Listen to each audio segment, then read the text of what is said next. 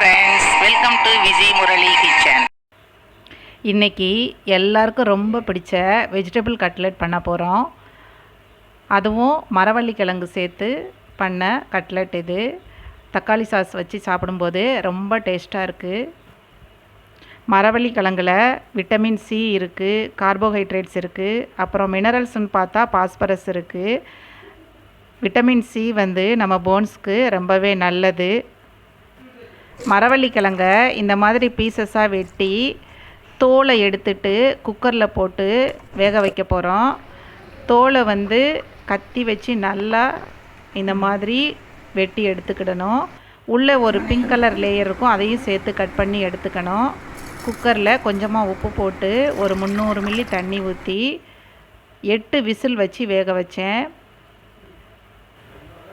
நான் பெரிய பெரிய பீசஸாக போட்டதுனால 8 விசில் வச்சேன். நீங்கள் சின்ன பீஸாக போட்டால் 4 விசில் 5 விசில் வச்சாலே போதும். நல்லா வெந்துடணும், அப்போ தான் கை வச்சு மசிச்சு விடும்போது கரெக்டாக இருக்கும். இது ஆறட்டும், ஆறின பிறகு மசித்து எடுத்துக்கலாம். இப்போ கட்லெட் செய்கிறதுக்கு தேவையான ப்ரெட் க்ரம்ஸ் செய்ய போகிறோம். அதுக்கு நான் ஒரு 8 ப்ரெட் எடுத்துருக்கிறேன். அதை இப்படி பீஸ் பீஸாக கட் பண்ணி ஒரு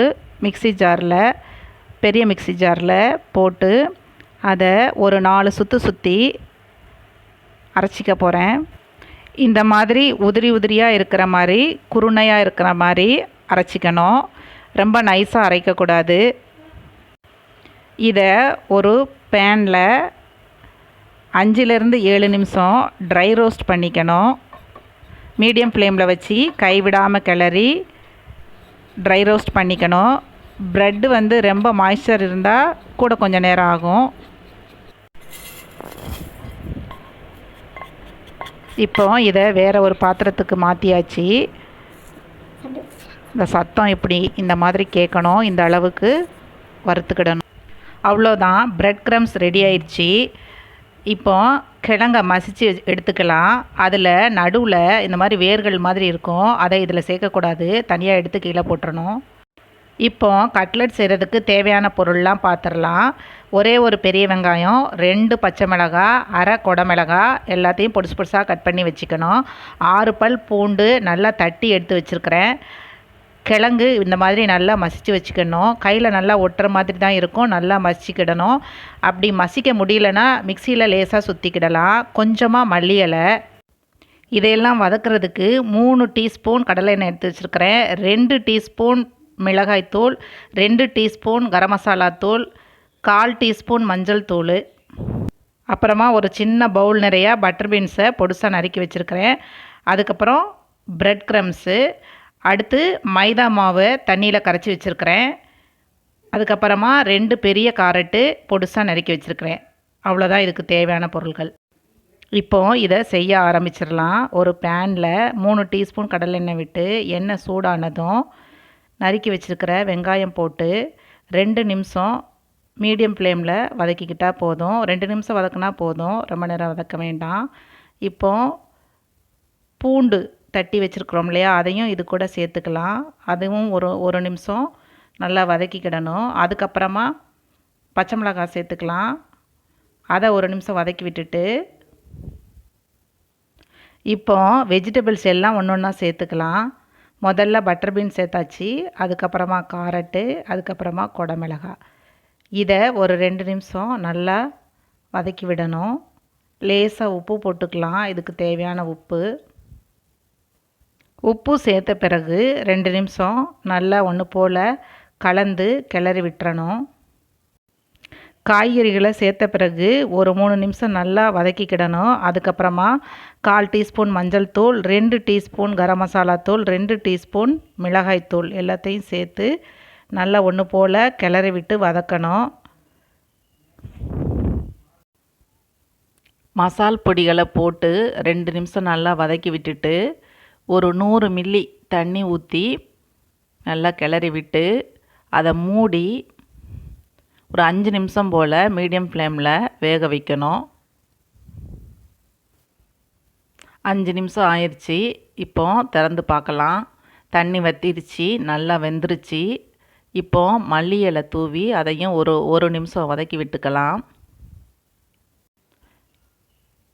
இப்போது மசிச்சு வச்சுருக்கிற கிழங்க சேர்த்துடலாம். இந்த கிழங்கு கூட 3 டீஸ்பூன் சர்க்கரை சேர்த்து மசிச்சு வச்சுருக்கிறேன். இந்த டிஷ்ஷில் கிட்டத்தட்ட 3/4 கிலோ கப்பக்கிழங்கு சேர்த்துருக்குறேன். இதுக்கு பதிலாக உருளைக்கிழங்கும் இதே மாதிரி வேக வச்சு சேர்த்துக்கலாம். இப்போது 2 டீஸ்பூன் சில்லி சாஸ் சேர்த்து அதையும் நல்லா கலந்து விட்டுக்கலாம். அதே மாதிரி காய்கறிகளும் பீன்ஸு, பச்சை பட்டாணி இது மாதிரி எது வேணால் கூட சேர்த்துக்கலாம். இப்போ இதுக்கு தேவையான உப்பு கொஞ்சம் சேர்த்து கிளறி விட்டுக்கலாம். அதுக்கப்புறமா நல்லா ஃப்ளாட்டாக உள்ள ஒரு பாத்திரம் ஏதாவது எடுத்துக்கிட்டு அதை இந்த மாதிரி நல்லா மசிச்சு விடணும். இது கூட நான் இஞ்சி சேர்க்கவே இல்லை, வெள்ளைப்பூடு மட்டும் தட்டி சேர்த்துருக்குறேன். இஞ்சி, சுக்கு இது ரெண்டுமே இது கூட சேர்க்கக்கூடாது, ஃபுட் பாய்சன் ஆகும் அப்படின்னு சொல்கிறாங்க. இப்போ இது வேறு ஒரு பாத்திரத்துக்கு மாற்றிடலாம். பார்க்கவே ரொம்ப அழகாக இருக்குது. இது கூட கொஞ்சமாக மிளகுத்தூள் தூவிக்கிறேன். தூவி நல்லா ஒன்று போல் கலந்து விட்டுட்டு கட்லெட் செய்கிறதுக்கு தேவையான உருண்டைகளாக இதை நான் முதல்ல பிடிச்சி வச்சுக்க போகிறேன். கிழங்கு நல்லா பிசு பிசுப்பாக இருக்குது, அதனால் கையில் தண்ணி தொட்டுட்டு ஒவ்வொரு தடவையும் இந்த மாதிரி உருண்டைகளாக எல்லாத்தையும் பிடிச்சி வச்சிட்டேன். கட்லெட் தட்டும்போது நமக்கு எந்த ஷேப் இஷ்டமோ அந்த ஷேப்பில் நமக்கு பிடிச்ச மாதிரி தட்டிக்கலாம். அதே மாதிரி தட்டி விட்டுட்டு ஓரமெல்லாம் இந்த மாதிரி நல்லா அமுத்தி விட்டுறணும். இப்போ அதை மைதா மாவில் லேசாக டிப் பண்ணி அதை நல்லா வடிய விட்டுட்டு அதுக்கப்புறமா பிரெட் க்ரம்ஸில் புரட்டி எடுத்து வச்சிடணும். இதே மாதிரி எல்லாத்தையும் செய்யணும். மைதா மாவு 5 டேபிள் ஸ்பூன் எடுத்து அதை தண்ணி ஊற்றி கொஞ்சம் தண்ணியாக கரைச்சி வச்சுருக்கிறேன். இப்போ எல்லாத்தையும் செஞ்சாச்சு. கிட்டத்தட்ட எனக்கு இதில் 25 கட்லெட் கிடச்சிச்சு.